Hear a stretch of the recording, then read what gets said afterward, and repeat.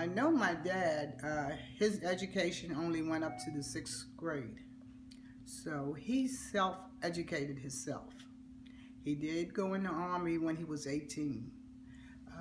He returned back to Chestertown at 21, and that's when my mom and him got married. Now, I can remember far back as 5. Okay. And that was back in the 60s, 62, 63, something like that. He had 2 stores. Both of them was grocery stores. Yeah. And he ran the one at the downtown area, and my mom ran the one uptown. Yes. Uptown on Calvert, it was 367 Calvert Street, and it was 107 Cross Street where the other grocery store was. Well, the one on Calvert Street, we grew up there. Okay. Okay. It was 7 of us. Fresh meat. He sold fresh meat,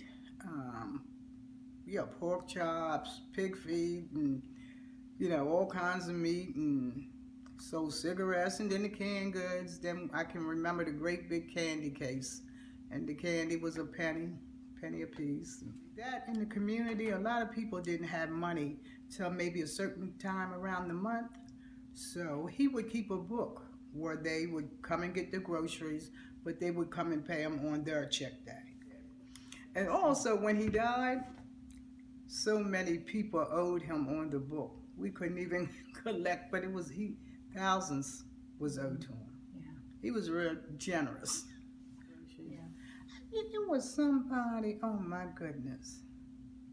I can't even think, but it was last year they came to me and they told me, they said, I know I was one of them ones that owed your dad. I couldn't make it without him. In the stores, he purchased both stores.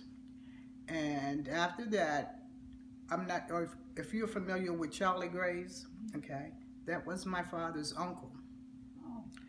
So it used to be row homes, houses on side of the Uptown Club and across the street from the Uptown Club.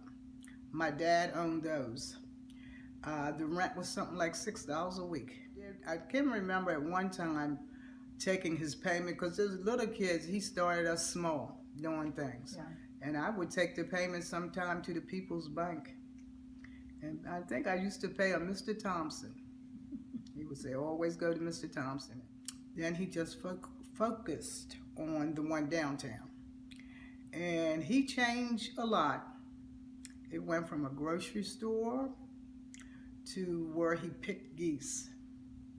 Yeah, and we would all go down and we would do that. He had the machine where he'd take the feathers off of the geese, and he did that. Oh, and the fish market also at that time had, And at that time I was 16 too, so we would ride down, and the men would put the big crates with the ice in our trunk, and we just bring it on in town.